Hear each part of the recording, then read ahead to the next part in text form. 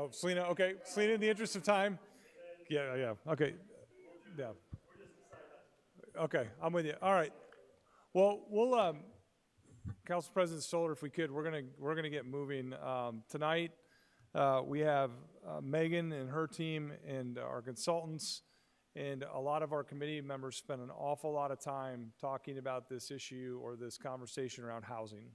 And tonight, for the interest of time, we're really just gonna share the information with you guys, let you digest it, because for all of you, this is the first time you will have seen it or heard from the consultants.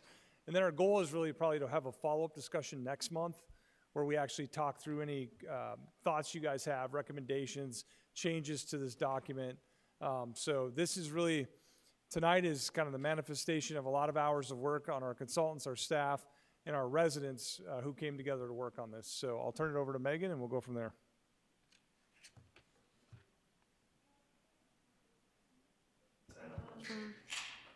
Well, it was on. Okay, there we go.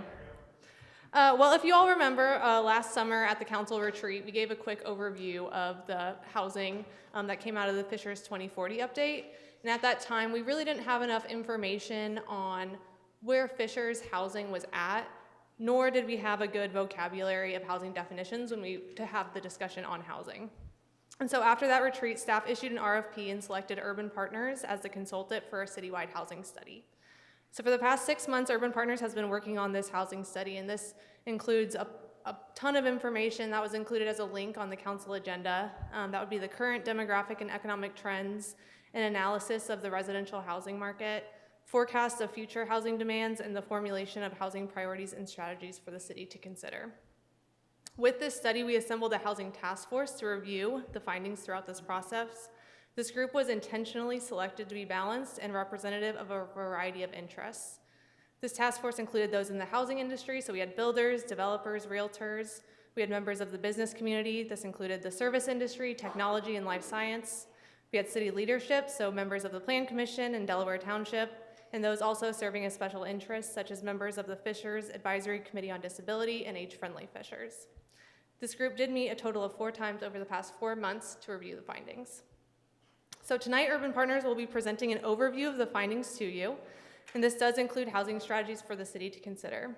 The results of the studies and strategies for consideration were not unanimous amongst the task force, but were agreed upon by a majority of the group. Tonight is an introduction, and we welcome any initial feedback, but we do plan on discussing this further with you. And I just want to be clear that what's being presented tonight are recommendations for consideration, and that any final policy will require additional review and approval by you all. So with that, I'm going to turn it over to Urban Partners. We have Isaac Kwan and Chris Lankow here to present. All right, thank you, Megan. Good evening. My name is Isaac Kwan. I'm a principal with Urban Partners. We are a firm that's dedicated to community and economic development. We've been working with the planning team here for the last 5 months or so now, dating back to September, and it's been a pleasure for us to serve the city and produce this presentation for you. So my name is Isaac Kwan. Joining me is Chris Lankow. He's a co-partner in our firm. So we will go back and forth presenting various components of the study, and then we'll stop and discuss a few strategies, 4 strategies in detail, and have some conversation about that. Let me see if I can. All right, so the presentation tonight will hinge on a few snapshots of our key findings in demographic trends, employment trends, and then a snapshot of the housing supply analysis of what you have currently. And then the next 2 sections, the for sale market as well as the rental market analysis, will really go into depth about the market performance and the various segments of the housing market. And then we discussed the housing strategies for the next 20-year period, starting from 2020 to 2040, retroactively, that is, to 2020. It is partly based on the forecast, informed a lot by it actually, that of a projection of how the city of Fishers will continue to grow, and that's based on our analysis of a previously forecasted study, in addition to looking at the land that's currently available for development, as well as the trend overall for the Indianapolis metro area. Before we start off on the snapshots, just a few, as Megan had mentioned, that we wanted to define a few key terms here for tonight as well. And we have a glossary of terms in the report, more developed than this, but we wanted to kind of briefly go over three key concepts here. The first definition of market rate housing. What we're defining that term as is are homes offered at the prevailing cost, rent, or for sale for the local market. So the price is set by the landlord or seller without any restrictions. So there's a contrast to an income restriction or an affordable product that we're talking about later on in point number 3. Workforce housing, that is a term that's gaining traction in a lot of communities when dealing with the residential housing market. It's kind of difficult. Every community has a different definition, but for the purpose of this study, the definition that we've been using is defined by the Urban Land Institute, a think tank that defines it as housing affordable to households earning between 60 and 120 of the area median income, the AMI so-called. The workforce housing segment of the market targets the middle income workers. So just to give you an instance, a 4-person household earning between $49,000 and $98,000 a year, that household would be part of a target for workforce housing. Lastly, affordable housing. What does it mean by affordable? This is more of a generic term, not the way that it's conventionally used usually. Affordable is housing that's generally considered affordable if the occupant is paying no more than 30% of the gross income for housing costs, including utilities. So anytime you're paying over 30%, there's a lot of strain on your finances, on the household finances, and a lot of other costs in terms of living expenses, transportation, education, healthcare, etc., groceries, food, for sure. That all of that becomes compressed, and you become what's referred to as a cost burden household. So generally, when we say we want to keep things affordable, we mean that households should be paying less than equal or less than 30% of their income. A few snapshots of what kind of residential housing types that we've examined and have used throughout the study.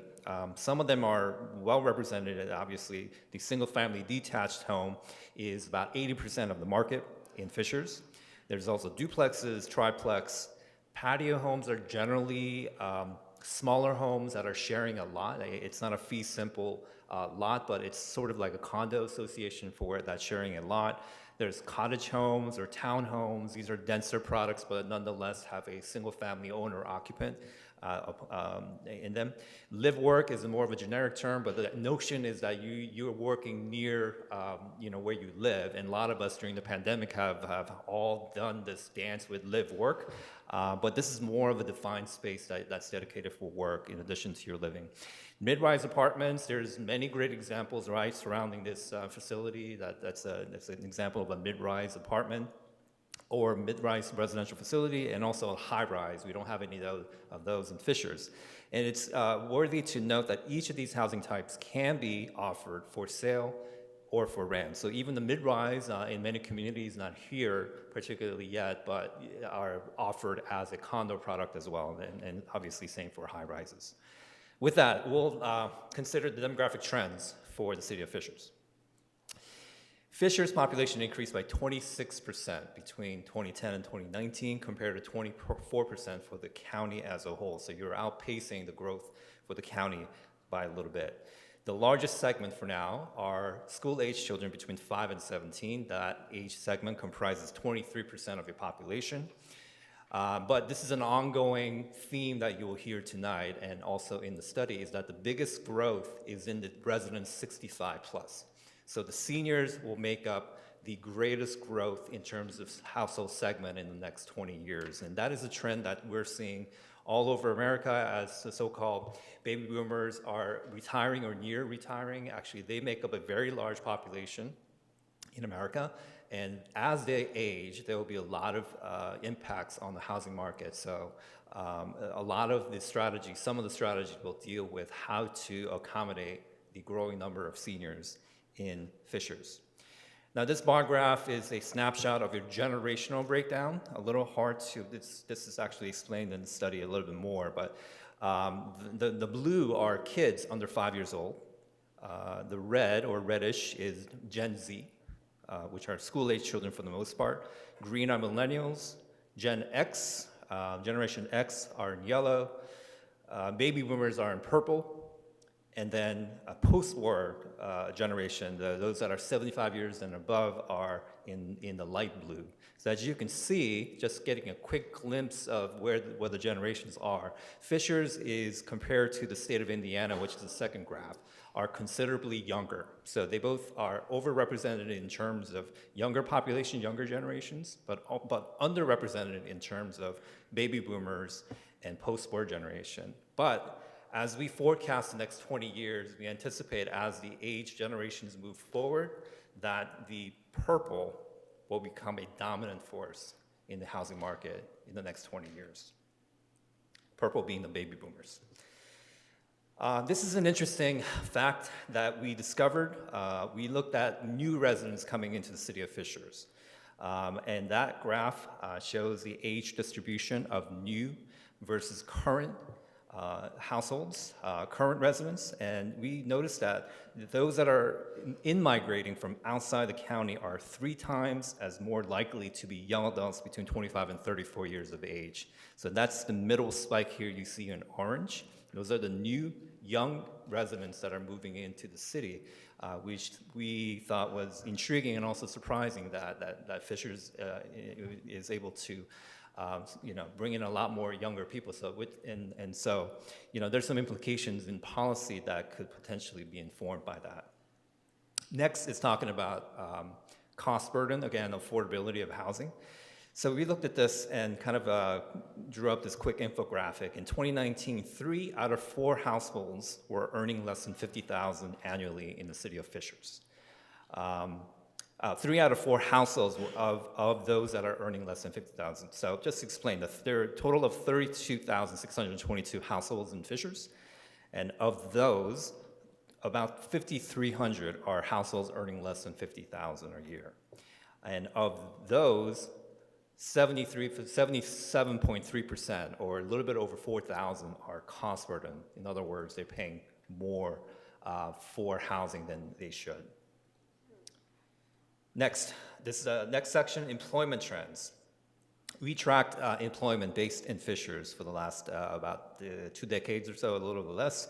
As you can see, in 2002, you had just under 20,000 jobs, and that was growing in a good clip until 2008, just under 29,000. That's about 10,000 job growth during that period. And then you had a blip during the Great Recession, and then rebounded quickly. By 2012, you were back up to 30,000, and it's been growing steadily. So 2008 to about 11 were the only periods where jobs were actually declining in the city. Other than that, you've been having a steady job growth, where now about 37,000 jobs are located in the city of Fishers.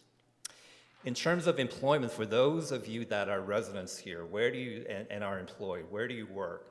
13.4, a little less than 14% of employed Fishers residents also work in the city. In terms of destinations where they commute to, about half commute to Indianapolis, and then about 10% to Carmel, and 5% to Noblesville. So in terms of, this is a plot graph of heat map of where your commuting destinations are. So as you can see, number 1 is downtown Indianapolis. There's a cluster of jobs located there, including the core business district as well as the healthcare system. Number 2 is in the sort of the Beltway area and going up to Interstate 69. That's sort of a second cluster. Number 3, that's Carmel. Number 4, Noblesville. So you can get a glimpse of where people who do not work in the city that are residents, where they commute to. Next section is housing supply analysis. We want to give you a quick glimpse before we get into the market analysis, the meat of our analysis, where your supply is currently. So, as I said, 83% of the homes in Fishers are single-family, 1-unit structures. And this is actually an interesting tidbit that we found as well, there's a lot of single-family rentals. About 30% of all rental homes in Fishers are single-family rentals, and of that, a growing number of single-family rentals are being purchased and operated by national single-family rental portfolio companies. So they advertise online. They have their investment companies in many ways. That are running a real estate investment trust kind of a operation for single-family rentals. And that's becoming a growing presence in the city of Fishers. You're not alone in that. We've seen from Orlando to all kinds of places where we have worked that these national companies are investing in communities similar to Fishers. So you're not unique in that aspect. In terms of units in larger structures, which we define as 20 units or more, are increasing. So in 2010, it was about 18%. Now it makes up more than 20% of the overall rental market. This is an interesting observation that we saw. There's a higher percentage of families that are renting, 51% in 2019 compared to 46%.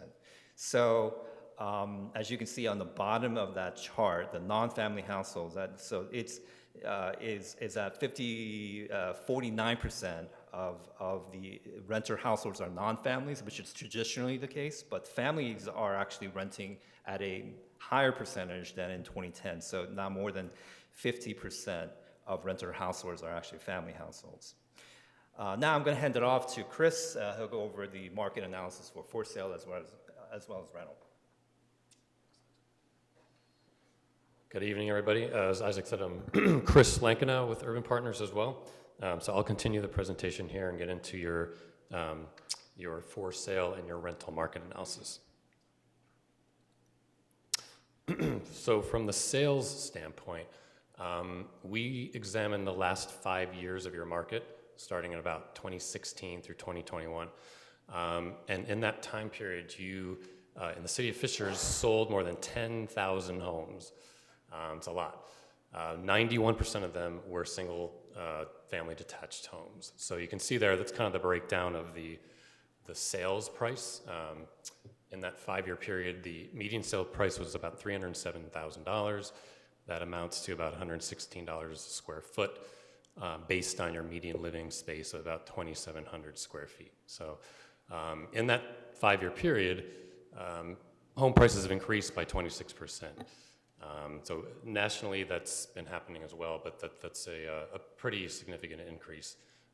So as of 2021, that median sales price was about $325,000. You can see also, this graph just shows how new homes constructed have gotten larger over the years. On the left there, homes built before 1970.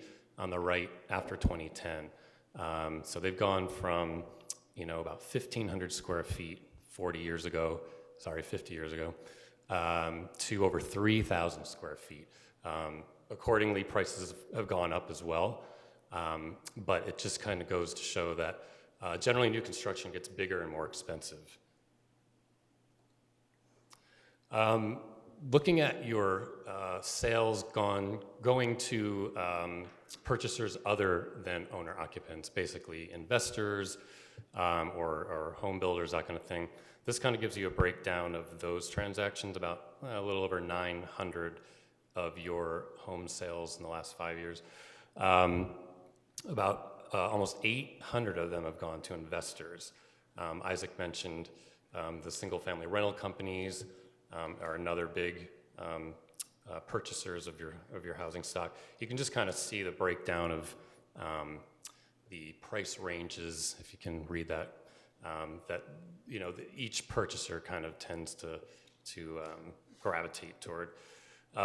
The largest home size has gone to the single-family rental companies at about $121 a square foot.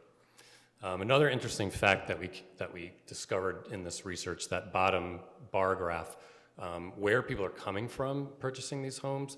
So the blue part are local folks. About 224 of those purchases were made by Fishers-based folks.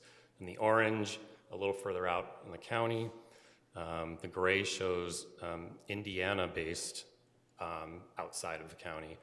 And then that yellow is 258 people from out of state. So there's a significant number of out-of-state investors purchasing homes in Fishers in the last 5 years. Months of inventory. This is a kind of a very important statistic that realtors find very important. Generally, a 6-month inventory is considered healthy, and a month of inventory is if no more new houses went on the market. Oops. How long would it take for your existing stock to sell? So the green line shows the U.S. You can see it's a bit higher. We started back in January 2000, right before the pandemic hit. Fishers is the yellow at the bottom, and you can see a very, very, very low months of inventory over the last 1.5 to 2 years. So as anyone looking to buy a house around here can attest to, it's a very, very, very tight market. Things do not last very long on the market. So just very interesting statistic.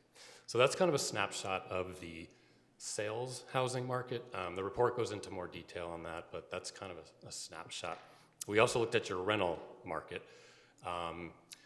There are basically only 50 units available when we did our inventory out of more than 5,800 units in the rental communities throughout Fishers. We targeted about 19 of them, your major apartment complexes around here. Similar to your sales housing market, the rental housing market is very tight as well. Very few, as I said, 50 out of 5,800. This kind of gives you a breakdown of what was available over the next month. The 2-bedroom units had the most availability, but very, very, very low vacancy rate of 0.9, less than 1%. So just incredible demand on apartments here in Fishers. Isaac had mentioned the major rental companies purchasing some of the single-family homes. These are just some of the names that we discovered in our research. National-based companies. Among the single-family homes for rent, the most common tends to be about 2,400 square feet. Typical 3-bedroom, 2.5-bath home. Rents for those ranged from about $1,400 to approaching $2,700 a month, and that kind of depends on location, size. So that gives you a sense that the single-family homes are renting for those prices.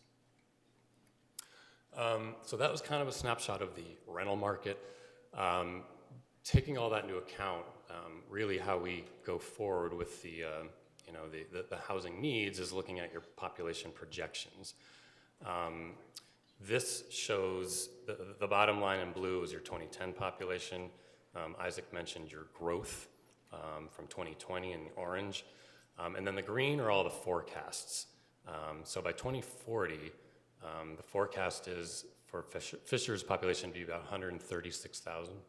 And that's an increase of 32,300 residents since 2020. So that's a major growth spurt, 31% increase.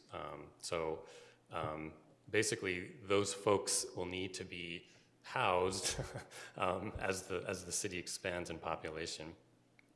And it's going to need housing production to house that for homes that currently don't exist. So we came up with about 13,000 units that will be necessary in that 20-year period. And you can see the breakdown here of the ages for all households. Isaac mentioned the projected growth of seniors, 65 and above. We are projecting about 7,500 people in that age group growing by 2040. So, and that's going to be needed to be accommodated in both owner-occupied and rental housing. So with all that data, again, it's a lot of information. You'll probably need to digest it and look it over. But the major idea here was to not only present you with what's going on in the city, but what can the city do to accommodate the growth of Fishers. And to kind of launch into those strategies, we thought it'd be important to come up with an overarching goal for the city. And as a group, I think we all kind of came to an agreement that ensuring high-quality housing options for Fishers residents in all life stages. So whether you're a 5-year-old, whether you're a teenager, whether you're a millennial that wants to come back and raise a family and work here, someone raising children, an empty nester, a senior, all those phases of life. The idea is for Fishers to provide housing for anyone of all ages. So. And Chris, real quick before you Yes. jump into these strategies. So for the sake of time, we'll get through these, but we really have less than 15 minutes here. So from a discussion standpoint, after the strategies are discussed, I'm just going to pose a couple of questions to just get you guys thinking for our discussion next month or whenever we have that future discussion, all right? Okay. Do you want me to stop at each one then, like we said? Okay. Okay. So our first strategy, we thought, again, because of the growing cohort of seniors, that was a really important area of housing needs to address. So we want to encourage a variety of housing for seniors as they age. This kind of the key findings kind of goes over some of the demographic things that we hit on. Yes, the population's aging. 42.5% of all net household growth in the next 20 years will be headed by householders 65 years and older. So that's a lot of people that are going to be aging in Fishers. So this kind of the next bullet just shows you the demand, the actual number of units. A lot more owner-occupied units than renters, because trends have shown that the seniors have tended to be more owner-occupants than renters. So a lot of units are going to be necessary to accommodate that. So what are our recommendations for that? Well, we think you need to increase the supply of housing that would appeal to seniors, whether that's in areas that are closer to amenities, that they might be able to walk more, just closer to recreation, higher quality of life things as people age. They tend to want to be closer to those kinds of things. Another suggestion would be to consider regulations that would permit aging in place, whether that's an accessory dwelling unit, something like an above the garage unit, or something on the property that encourages intergenerational living, so families can kind of grow in place and have younger members of their family care for them. That would be that recommendation. And then for seniors that want to stay in their home, I mean, not everybody wants to move to a different place or an apartment, or they may just want to stay right there. We're suggesting that the city can consider financial assistance, so people can make modifications to their home to make it a safer place for them to live, whether it's stairs or things in the home that they can get assistance from to stay in their homes. That's it. Yep. Yeah, so I think for that strategy one, when we think about the senior population, the question that staff would really pose to you all is, when we look to increase the supply of the senior housing, what level of density would be acceptable for new housing developments that come forward to us? So just something to think about when you think about senior housing. Okay. The next group, I think Isaac alluded to this in the demographics, was young adults. That is a really quickly growing segment of the Fishers population. There's a lot of housing that would appeal to those folks to encourage them to either stay in Fishers or return to Fishers. This kind of gives you a sense, again, a snapshot of some of those facts about that growing cohort. Isaac mentioned the folks moving back to Fishers. a high percentage of them are 25 to 34-year-olds, and that's a national trend is that they tend to be renters. At that age, they're not quite ready to purchase a home, or that segment of the population is increasingly preferring to rent. They just don't want to deal with home ownership. So that's something to consider. Another issue as well is, as I mentioned, I showed you that graph of newer homes being larger and more expensive. As a result, it's harder for a lot of people to afford. So if you're a younger professional or a younger person with a decent wage and you want to purchase a home in Fishers, it's increasingly harder to do that. So as a result, some folks in that age group are forced to rent if they want to buy. So that's just another factor there.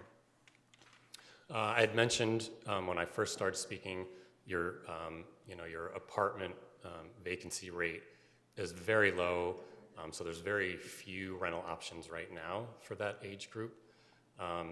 And based on our population projections, we see the demand for about 1,000 units for that age group, mostly rental because of that trend that they tend to want to rent versus own. So what are some strategies that could accommodate this age group going forward in Fishers? So to encourage, I guess, the affordability of home ownership among this population, we're suggesting more of a right-sized home. I know that's a very broad expression, but it's basically homes that are slightly smaller than the 3,000 square foot, more 2,000 and less, as a result being a little more affordable for younger people to purchase. So, and they might not want or need something quite that large as well until maybe later when they have a family. So this would allow that demographic to purchase a home. As I mentioned, this age group tends to like a slightly denser atmosphere where they can walk to places, maybe types of residences that require less maintenance. Same with the seniors, actually. This might be more apartments, condos, townhomes, things that are kind of going on right here in Fishers, downtown here. So not every place in the city would probably be appropriate for that, but where the city decides that maybe more of that development is appropriate and they'd like to encourage it, there may be cases where zoning may have to be modified to allow that. So that's just something to look into and to think about in the future. And then, we talked about this walkability type of thing, just ensuring that areas that do continue to grow in that type of density or that type of environment, that they do remain walkable and attractive and safe, with lighting and measures to control traffic speed, just so it's a more safe environment for that type of housing. I think that's it for that. Yeah, so similar to strategy one, when we think about how to attract and retain that young adult population, just thinking about what level of density is acceptable. And then if we think back to the earlier slide on the different housing types, so, are there different housing structures that we would maybe want to support, such as townhomes or condos? What type of housing should we be supporting to attract and retain this population? For the sake of time, we are going to go ahead and stop right here at strategy 2. We don't want to rush these last 2 strategies, and so we'll come back before you all to have the discussion on those 2 items. I will say, for the purposes of our discussion next time, a good segment of the study to look at is our peer community comparison. So the consultants did a great job at looking at communities that we are either going to use as a baseline or communities that we look to aspire to be like. And they did a nice comparison on where we land on a lot of statistics. And I think that'd be interesting for you all to look at when we come back for this, discuss these last 2 strategies. Thanks, Megan, and thanks to the team. I do think the month also will provide us some opportunities. I know a hot topic is these single-family homes that are being bought up by out-of-state firms. It gives our legal team some time to figure out what you actually have at your disposal to deal with that. And so hopefully by the next meeting, not only will we delve into recommendations from this team, but hopefully have some answers as to, from a legal construct, what is it that you as a governing body can do in regard to that issue moving forward. So hopefully that's on Chris and our legal team's task list item between now and the next meeting. But you have this report now, I believe, not just the recommendations. So we'll be back here in a month to talk further.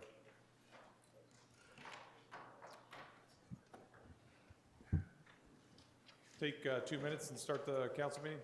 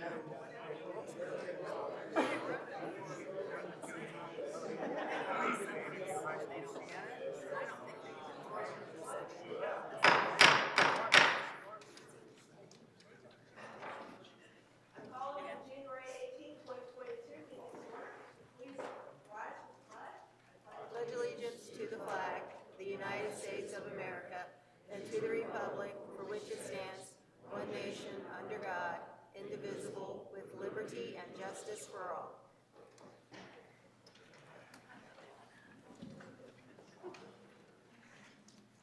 Okay, to start the meeting off, it does not look like we have any announcements, proclamations, and we did not have a finance committee report.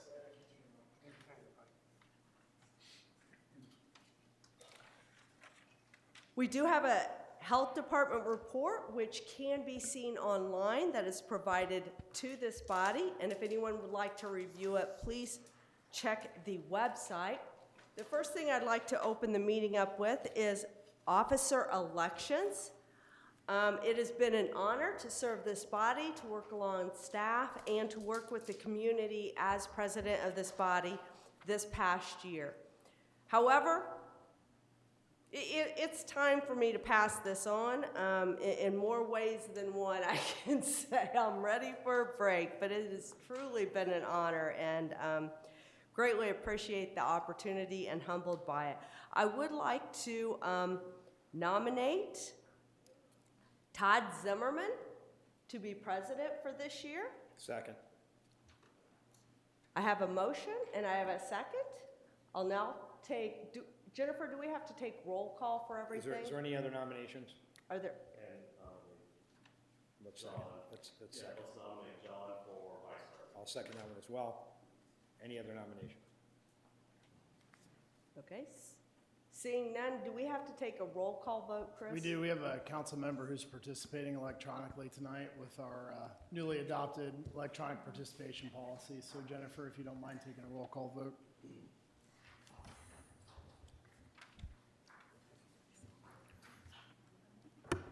Pete Peterson, Yes.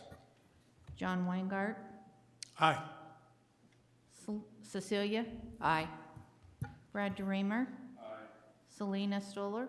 Aye. Todd Zimmerman. Aye. Jocelyn Vare. Aye. Crystal Newman. Aye. David Giffel. Aye. The motion is passed. And therefore, Todd, I hand you the gavel. You almost broke it when we started, so thank you very much. Selena did a fantastic job this past year. And I want to even say Cecilia the year before, when we went through the pandemic, these last 2 years have been very challenging for a lot of people, our residents, most importantly. And so, Selena, you did a fantastic job leading, communicated very well, brought us together, and so I really appreciate that. So thank you very much. Thank you. Moving on to the consent agenda. Do I have a motion? So moved. Second? Second. Motion by Pete, second by Selena. Open for any questions? Okay, all in favor? Aye. Aye. Any opposed? Do we have to roll call again? Oh, I'm sorry, roll call. We need to do roll call. We can take consent by consent if everybody is unanimous in the consent. If you want for. You want? So it sounded like everybody was unanimous unless somebody has an issue with the consent agenda. David, are you good with the consent agenda? Yes. All right, thank you, sir. All right, on to item 9-122021, an ordinance adding chapter 3261 of the City of Fishers Code of Ordinances, creating an Armed Services Commission. Yes, good evening, Council. For the record, Elliot Holcomb, Deputy Mayor of the City of Fishers. I'm honored to be before you again this evening to discuss the formation of our city's Armed Forces Commission with the proposed ordinance before you for consideration. As a reminder, the purpose of the Armed Forces Commission would be to further the city in becoming a community in which military service is honored and recognized as a key component to our community's vibrancy. Incorporated and promoted in programming, policy decisions, and protocols to ensure recognition and appreciation towards military service is woven throughout our community and understood as a critical component to our sense of place. We believe that formalized commission that enhances our recognition, honoring, and celebrating military service directly aligns with the mayor's vision of the City of Fishers to be a smart, vibrant, and entrepreneurial community. The ordinance before you details the establishment, purpose, composition, and term of appointees, and the duties, powers, and responsibilities of the commission. I'll keep my comments short this evening, but we'll close with this. Time and time again, we have found that we can accomplish truly extraordinary things when a group of people collectively work together towards a shared vision. This ordinance would enable that by putting 11 residents of Fishers together and empowering them to continue to better our community with a focus on military service. This proposed group, perhaps myself not included, are 11 incredibly impressive residents that include decorated combat veterans, an Air Force One pilot, a retired senior naval officer, graduates of West Point and the Naval Academy, a naturalized citizen turned proud patriot, former municipal leaders, Fishers business owners and other executives, and veterans of the United States Army, United States Navy, United States Marine Corps, and United States Air Force. Many of these folks are behind me this evening. Pending your vote, these truly impressive and inspiring individuals would be formally appointed by the mayor and are ready to answer the call and get to work as your Armed Forces Commission. Appreciate your time and consideration this evening. Thank you. Thank you very much. Do I have a motion to approve? So moved. Second. Okay, Second. motion by Pete, second by Jocelyn. Open for comment, council comment, questions? So, Elliot, I have a question. I'm ranking pretty good, I'm batting pretty good at getting businesses to help out those that serve. Where do I start sending these contacts to? Yeah, so first thing we do is we get an agenda set together, we get a meeting established in mid to early February. We establish our president of the commission and go forward from that point in time. I will recognize that Jack Russell, president of One Zone, is here tonight and is in favor of this as well. So the business community stands strong behind this commission. Okay, so do I just send those contacts over to you for the time being? Yeah, for the time being, that's great. We will staff this appropriately with our city staff, but for the time being, absolutely come directly to me. Okay, Appreciate that. that sounds great. Thanks. Any other questions? David, do you have any questions?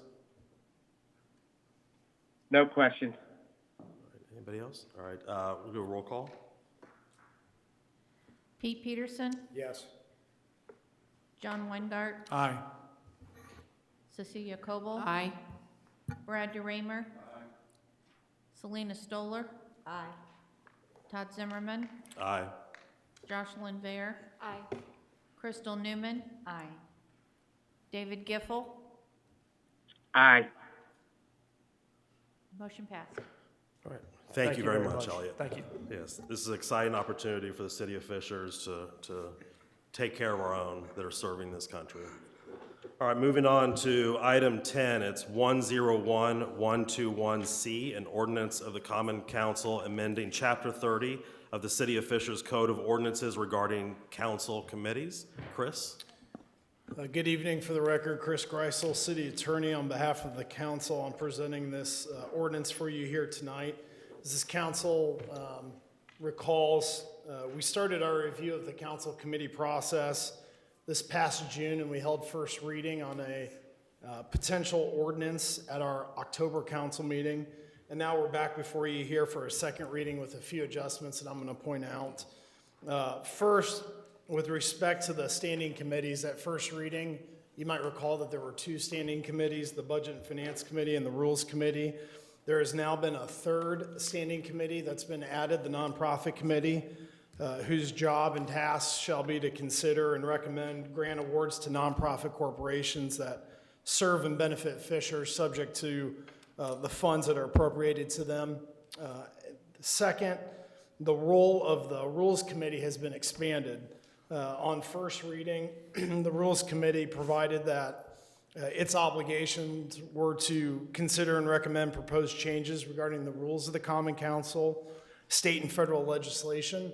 That's now been expanded to also include council appointments to non-standing council committees, boards, and commissions before their annual review. And then finally, Section 30.12, which is the appointments to the non-standing council committees, boards, and commissions, has been adjusted to reflect that which I just mentioned, that before coming to council every year for your annual appointments, the Rules Committee, which is a standing committee, will have an initial review and recommendation to the council for their appointments to all the non-standing council committees, boards, and commissions. So with that, I'll turn it over to the council and happy to answer any questions that I can. Okay. First, we have a motion to approve. Approve. Motion by Crystal, a second. Second. Second by Jocelyn. Open up for questions or comments from council. I'll make a comment. I'll just say that we had a lot of differing opinions and a lot of alternative perspectives, and there was a lot of discussion and back and forth, especially recently. But through collaboration, we've come to a compromise. And especially in the political climate that we're in and the political divide amongst the nation, I think Fishers really leads the way in coming to a collaboration, and it just makes me really proud. Thank you. Anyone else? Yeah, quickly, Chris, and forgive me, I was on the road most of the day, so I didn't get to look at maybe the final version of this. So one version I did see talked about the ability to point openings on committees that were going through that Rules Committee still to the president of the council. Only if a vacancy occurs. That's a first. Only if the vacancy occurs after the initial appointments are made. So, So, but it said any committee, which also includes the mayor's committee. So I want to make crystal clear I that think the you only just- appointments that can be made fall under the council appointments, right? We don't have any ability to staff the mayor's positions.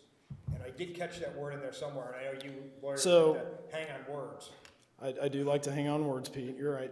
So it says, after the annual appointments have been made by the council, any non-standing council committee, board, or commission vacancy may be filled by the council president. We got that language in there, so that was my question. Okay. Thank you. Can I ask a question? Absolutely. Just clarification.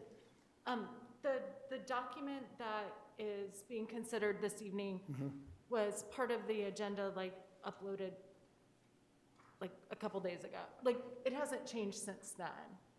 No, I don't believe it's Right, changed okay. since then, yeah. Oh, maybe Pete was talking about the version There from- was, from yeah, June. it's been, Okay, It was I'm a with week you. or so ago. it's been a morphing. I don't remember when I Yeah, last yeah. read it, but I didn't read it today. I just want to make sure that changes. But the version attached to the agenda Yes. is what we're looking at. Yes. Okay, I just wanted to be sure. Thanks. Okay, we have a motion, a second. Go ahead and go for roll call. Pete Peterson. Yes. John Weingart. Aye. Cecilia Coble. Aye. Brad DeReamer. Selena Stoller. Aye. Todd Zimmerman. Aye. Jocelyn Vare. Aye. Crystal Newman. Aye. David Giffel. Aye. Motion passed. Thank you. Moving on to, thank you, Chris. Moving on to item 11, R011822B, a resolution of the Common Council for the City of Fishers regarding nonprofit funding for the 2022 municipal budget.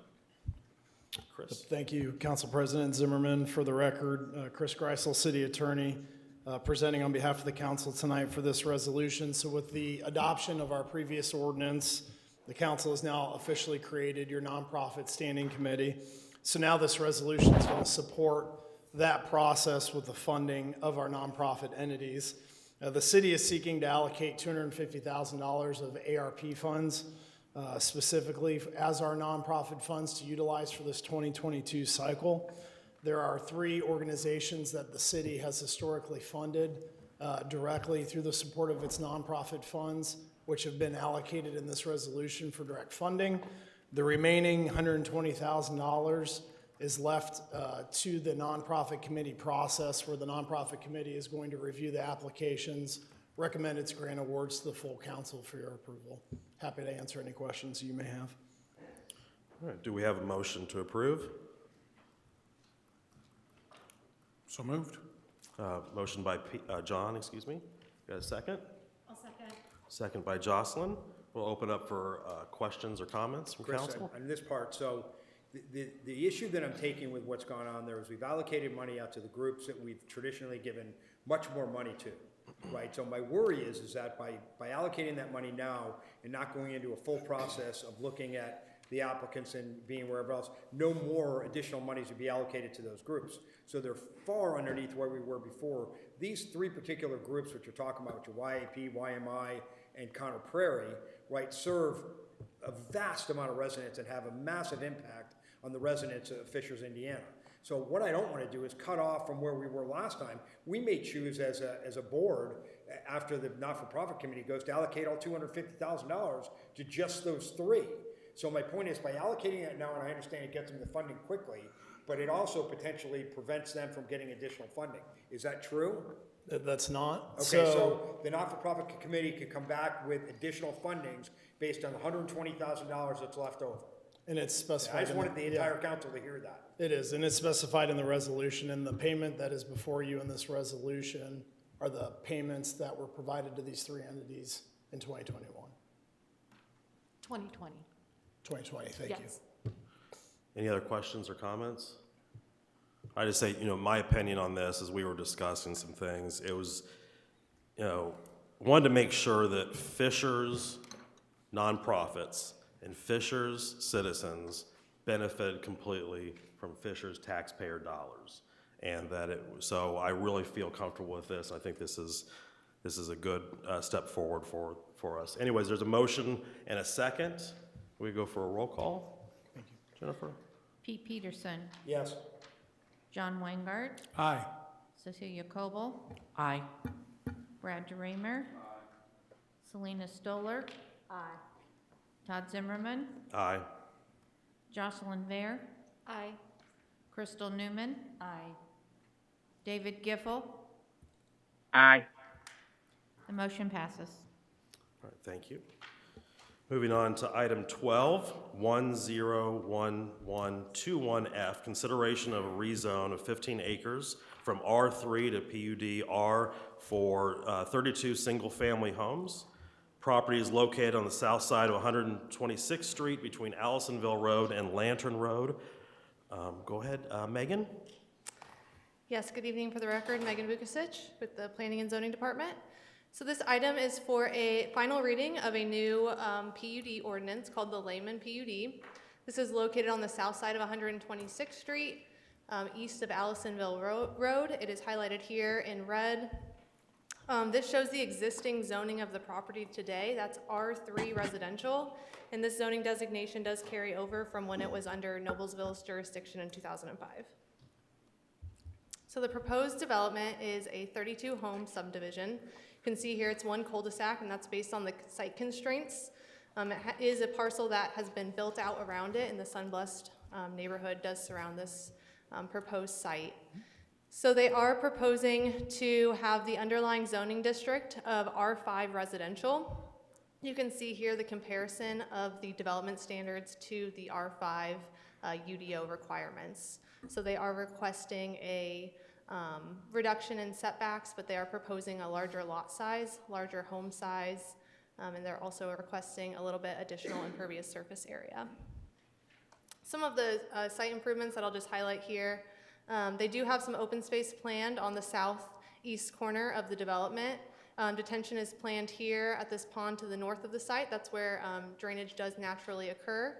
They are planning to install a path along 126th Street. There was some discussion on a passing blister on 126th Street at Plan Commission public hearing. This has been removed, so our engineering department has approved that change. It's not necessary for the limited amount of homes that will be in this subdivision. And all plantings are proposed to be native species. Here is the development standards laid out on a site. So you can see here, here's a typical plot plan based on the lot size that they're proposing with a typical home floor plan. So this does show that where the side yard setbacks are, this is utility easement in the back, and then there will be some common area with the tree preservation easement that will surround the whole perimeter of the site. This did go to PUD committee for approval in November. One of the things that came out of that meeting was they will be applying the anti-monotony code to the rear of the homes, so that way we get some deviation in projections on the rear facade. So one of every 3 homes will require some sort of projection on the home, which will give a nice variety to the back of the homes in this neighborhood. This is the Fishers 2040 designation for the parcel. So that is suburban residential, which does allow for single-family detached at densities ranging from 2 to 4 dwelling units per acre. The proposed development is 2.33 units per acre, so it does align with that Fishers 2040 vision. And it also does align with the current conditions and character of the surrounding area. As I mentioned, this went to Plan Commission. There was some public comment that we received associated with this development, so I just want to mention it here before you. A lot of it centered around that passing blister, which has since been removed. A lot of comments on pedestrian facilities on 126th Street. So with this development, the developers will be putting in that path on 126th Street, and Planning and Engineering is now taking a really close look at 126th Street to see how we can connect all of those residential neighborhoods to the Nickel Plate Trail, so we're working on a strategy there. There were also some concerns brought up with density and traffic, and then drainage as well. Drainage will need to meet our standard detention requirements, and that'll be reviewed through the TAC process. So Rex Ramage with Pulte is here. Rex, did you have anything additional you wanted to add? Okay. Turn it over to Rex.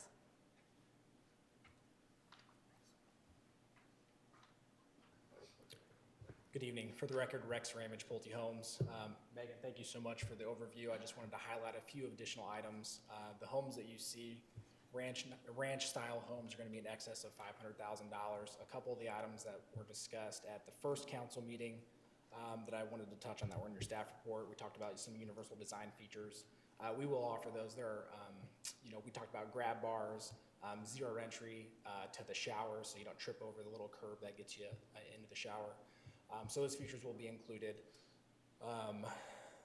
But other than that, I think we talked, the first time around about how much common area and tree preservation we have on the perimeter of the site, try to be fair to all the neighbors that are adjacent to us as well. And then I know some of the folks here from Hollywood or across the street have been in discussions with these folks about providing some type of screening for headlights that are coming out of the community. Most recently, we've been talking about a fence. So we are still committed to working with those neighbors to make sure that there is adequate screening across the street from our entrance. But outside of that, available if you have any questions for us tonight. Thank you. Okay. Thank you. We have a motion. Can I ask a question first, and I'm happy to make the motion? Yep. So Megan, we eliminated the passing blister, and I understand some wanted that passing blister removed. And again, just as a reminder, I sit on Planning Commission. There was also a lot of conversations related to speed up and down that road and blind spots through the hill terrain. I take that road, so I paid attention the last few times I've been through. I just want to make sure that our engineering department has looked at everything and removing that passing blister, which can potentially, hopefully, stop an accident. When you're coming over there quickly, at least you have an exit lane to go through that way. And I get that the neighbor across the street doesn't want it encroaching on their property. I fully understand that. But from a traffic standpoint, has Jeff and those guys looked at this? Or Jason, rather? Yeah, so Jason has taken a very close look at this. They're comfortable with removing the passing blister. They'll look at the access itself and the exact location of the access. That'll be reviewed through our technical advisory committee. Okay. ANF has looked at this, so everyone has taken a close eye at removing that, and they're comfortable with that. And we're signed off on that. Yep. So I just want to make sure we've got it signed off. All right. With that, I'll make a motion to approve. Okay, motion by Pete. Do we have a second? Second. Second by Selena. Open up for comments or questions. No, Brad, you wanted to speak?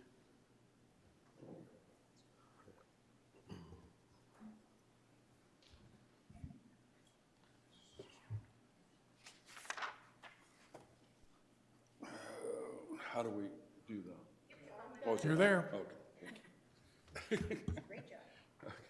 Okay, first of all, I would like to, if I offend anybody in the city, I would like to apologize. Don't take it personally. But my 6 years of frustration, I feel that I need to say something, so I will, and hopefully it'll come across as I perceive it. I moved into Del Webb, Britton Falls in 2012, and I've been a city councilman for 6 years.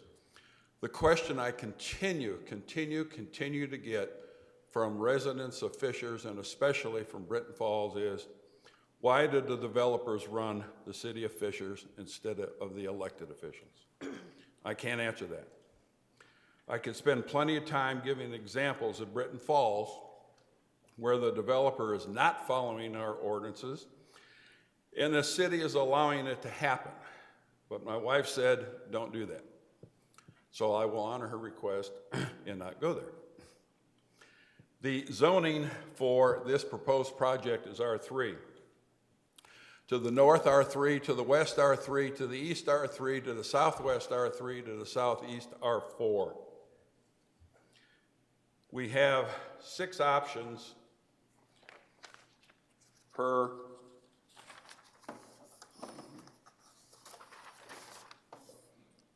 our zoning ordinance.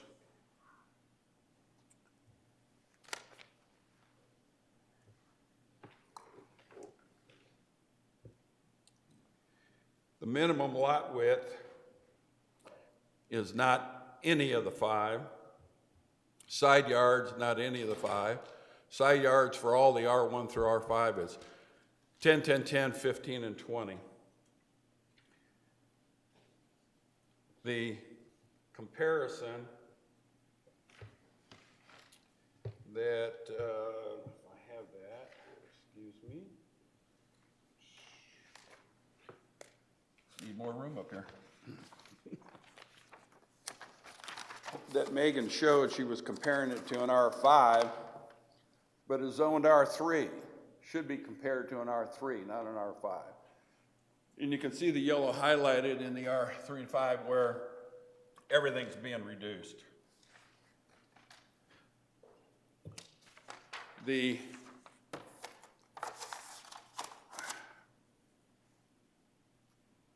didn't quite fit, sorry about that.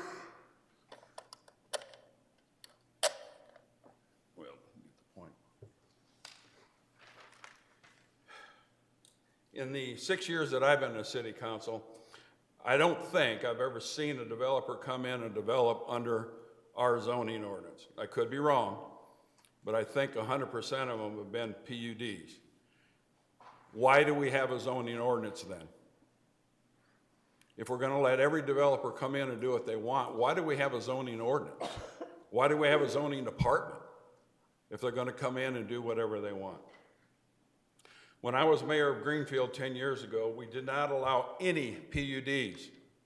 We told the developers, pick an R, and we had the same similar R1 through 5, pick an R and develop it.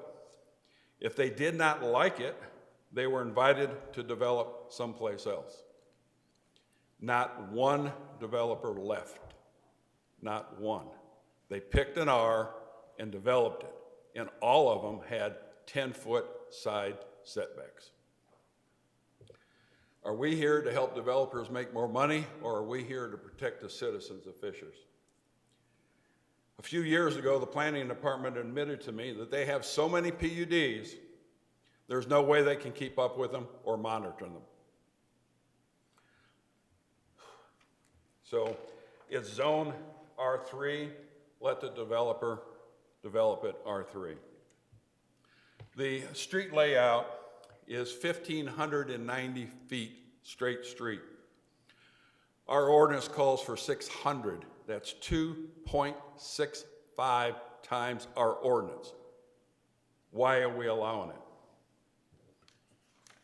In this subdivision, same situation, we didn't allow that to happen. We told the developer, you got to put in curves to slow down. And even on these streets, the 25 mile per hour is not honored. But at least it slows you down. Why haven't we required this proposed project to do the same thing, to slow the traffic down? 1,590 feet, they'll be going 40, 50 miles an hour up and down that street with kids. But why didn't we made this developer put in the curve, why didn't we make the proposed one? The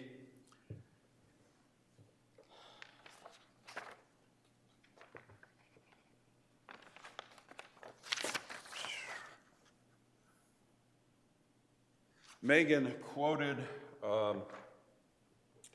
from the International Residential Code that a 10-foot separation in homes are okay. I've gone over many times why 10 feet doesn't work in Britton Falls for anything. So I asked the fire department, Fishers Fire Department, what is his recommendation for side setbacks for fires? Quote, his answer is, I don't give a recommendation on spacing between homes, and I don't have one to give. I will say there are a few neighborhoods in Fishers where radiant heat from a well-involved structure fire wouldn't impact neighboring homes. That would be true for most communities. Radiant heat, depending on the size, can extend a good distance. 30 feet can easily be crossed by radiant heat. The bigger the home, the more radiant heat, the further the distance. And we're allowing 5 feet side setbacks? Doesn't make any sense to me.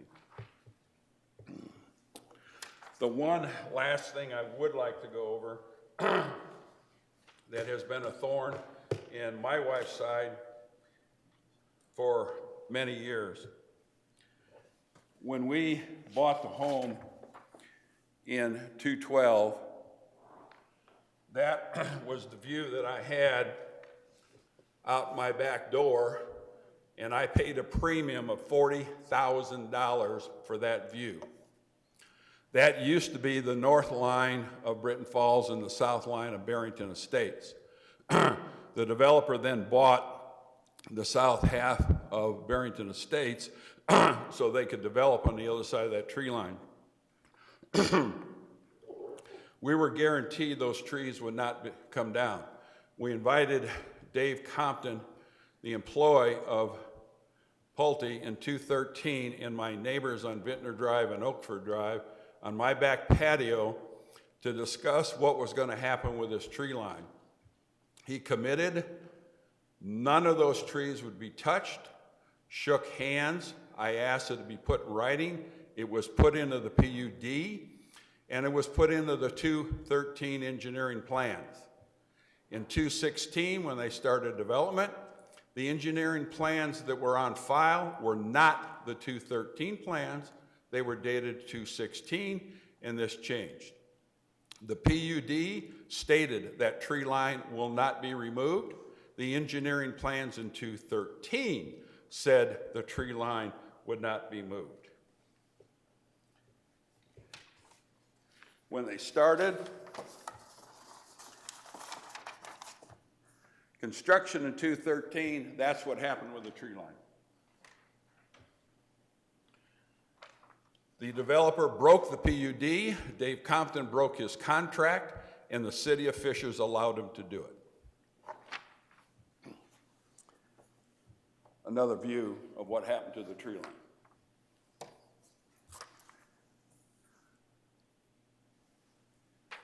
These 6 lots that are on the other side, unbeknown to me, the sales office sold those with pond view. They charged them $15,000 knowing they were going to tear down the trees when they started selling them in 2016. They made $90,000 on the other side of the tree line. They made $80,000 for me and my neighbor. And the city allowed it to happen, and the developer did what he wanted to do. In conclusion, Pulte is turning over Britton Falls March 31st, and I expect Pulte to refund me and my neighbor the $40,000 from them or for the city for allowing it to happen. Thank you. Thank you, Brad. Any other comments or questions from council? Yeah, just quickly, and I certainly appreciate Brad's comments because, you know, I certainly understand Brad's beef with everything that was said to Brad and commitments that were made, and I'm not really sure how to answer those. I will talk specifically about this particular project. I mean, this project varies only because it's an infill project, right? This is not in a big greenfield. I mean, it's an infield, we're infilling, an area in Fishers that was not developed before. Development happened around that.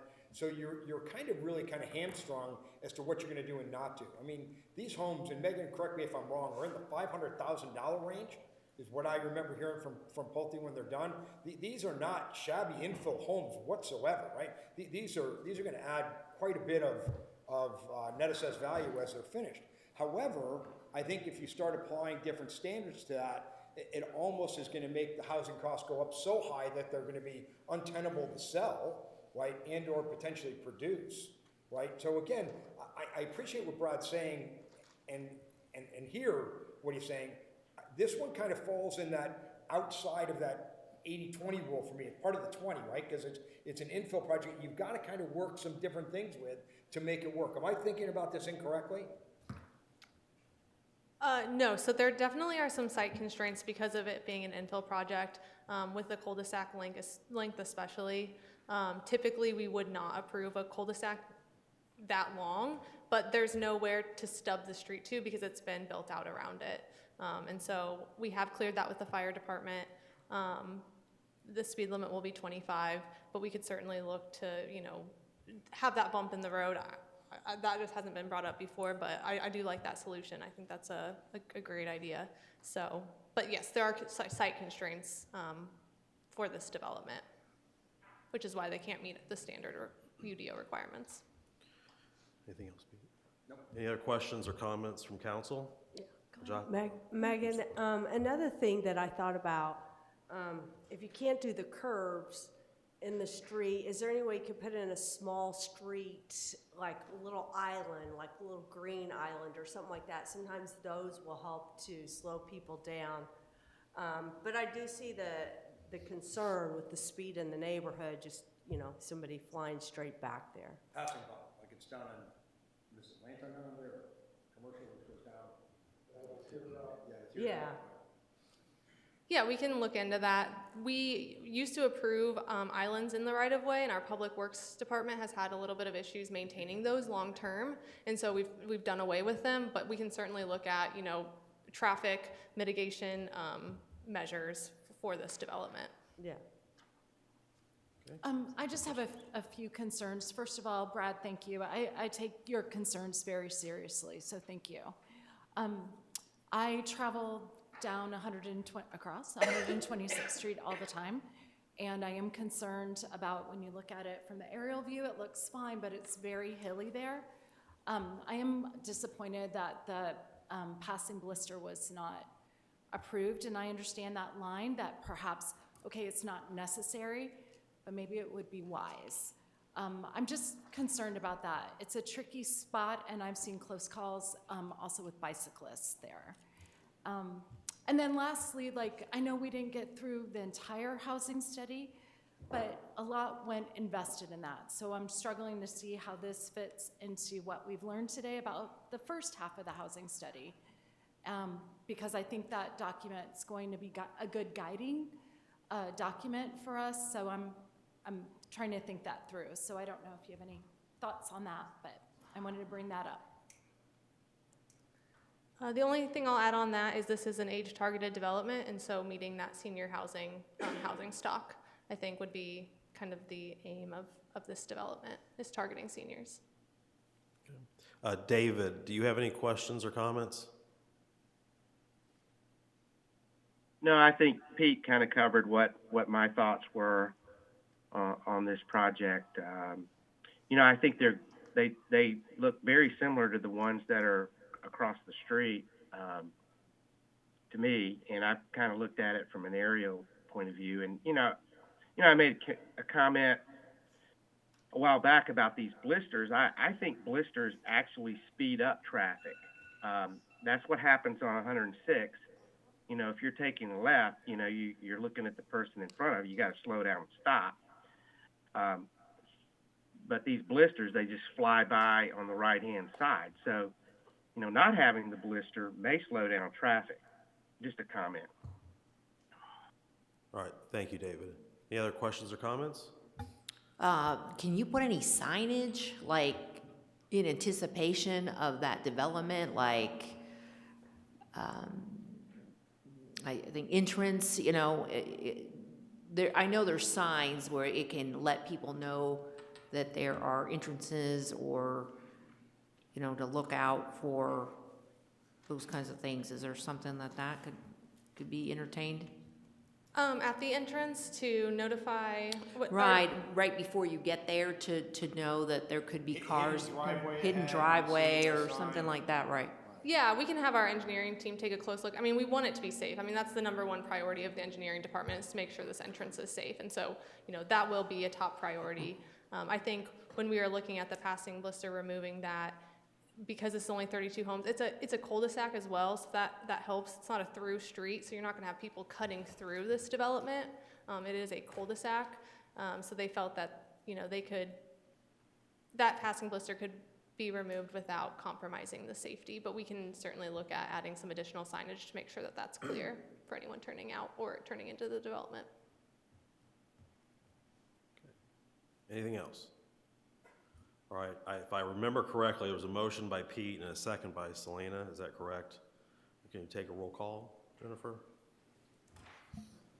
Excuse me, do you hear from the citizens? When do you get to hear from us? Planning Commission is when the public hearing for that is. We had that, and there was a ton of remonstrance. There was many people who spoke on the behalf of the people to the north, the people behind. I mean, we had, I don't know how many, but there was a lot. But Planning Commission is where the zoning issues go for public hearing. I think we should hear some of our comments. Well, there's a comment section at the end, but it doesn't go with what we're doing here. Just statute, Chris, help me out here. Yeah, the public hearing was notified for the Plan Commission meeting. There's no public comment by right provided on this unless the council president wants to provide it. And then it would go to the end of the meeting. How many here would be wanting to comment? I just wanted to see if you could do I don't mind a very brief, because if you have the same things, let's not do that, okay? But I don't mind if you have someone just come share a few comments is okay with me. Just to point out, the Plan Commission did not approve this. It was a no recommendation. It was a no, yeah, so from the point. Yeah, the Plan Commission did not approve it. Chose not to make a recommended record. Yes, I don't mind, yes. So you can approach, name and address for the record. Thank you. Hi there, I'm Carrie Kyle Davis. We actually did speak at the zoning, my gosh, in November? I don't remember when that was, so thank you for the time.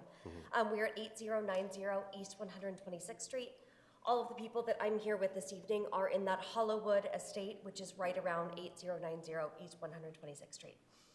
So we did just learn tonight about this. I apologize, we didn't know that there wasn't a time to speak, but thank you again for giving us the time.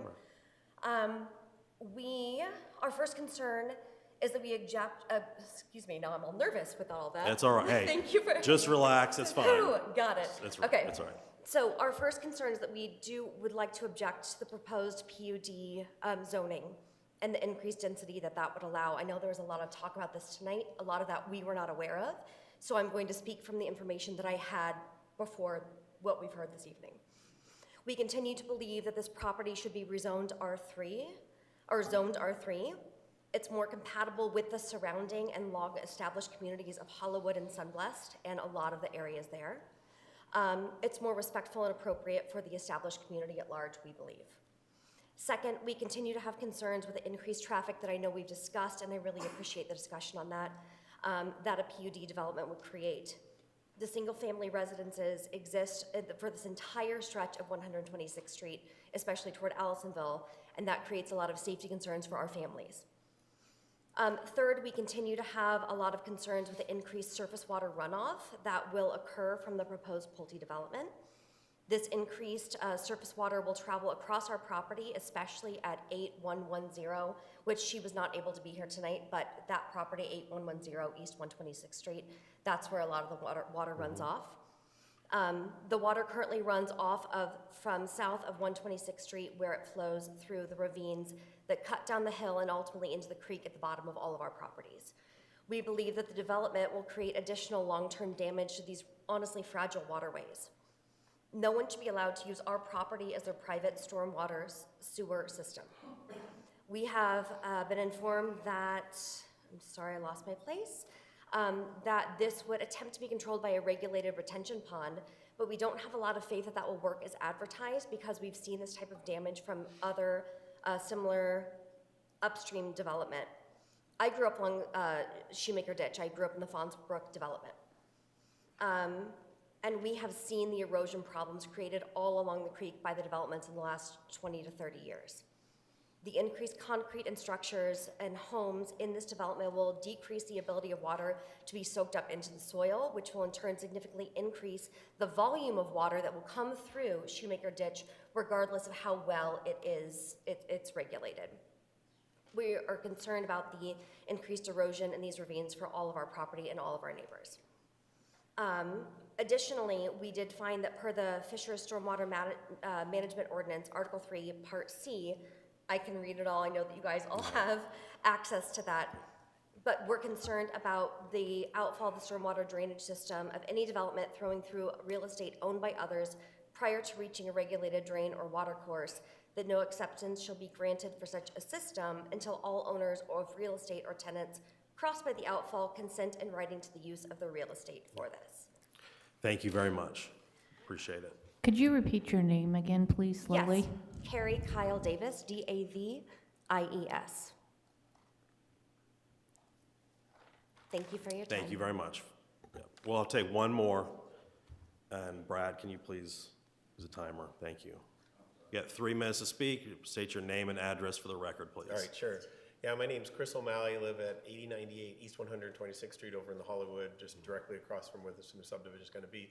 And the first thing I wanted to comment on is changing the zone. I don't think we should change the zoning in that area. Why make one exception where everything else is like R3, R4, R5 to make it PUD? That allows them to jam all these houses in and forces them to create that straight cul-de-sac.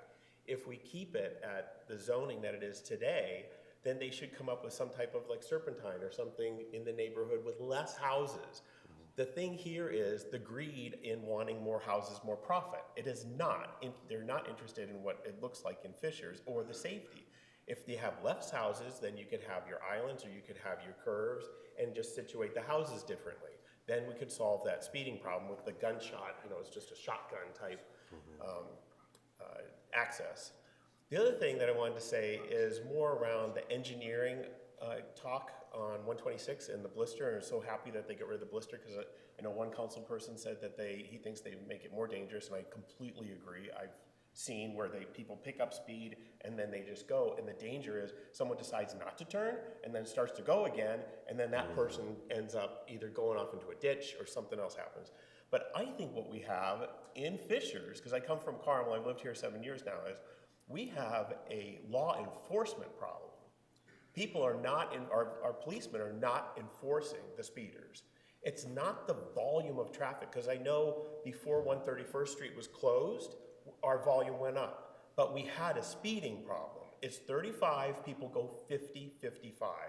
And when we pull into our driveway, we get people honking at us, even though you've turned on your signal.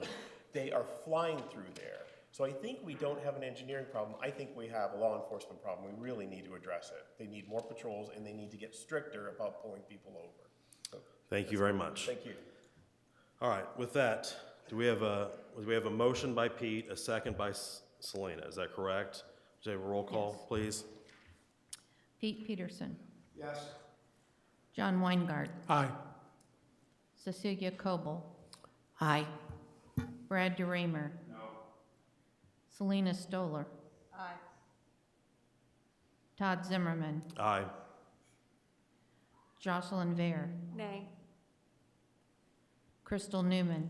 Nay. David Giffel. Yes. The vote's 6-3, it passes. All right, thank you very much. All right, moving on to item 13, 011822, in consideration of a text amendment to various sections of the Unified Development Ordinance. Megan. Yes, so this is truly a cleanup item of the Unified Development Ordinance.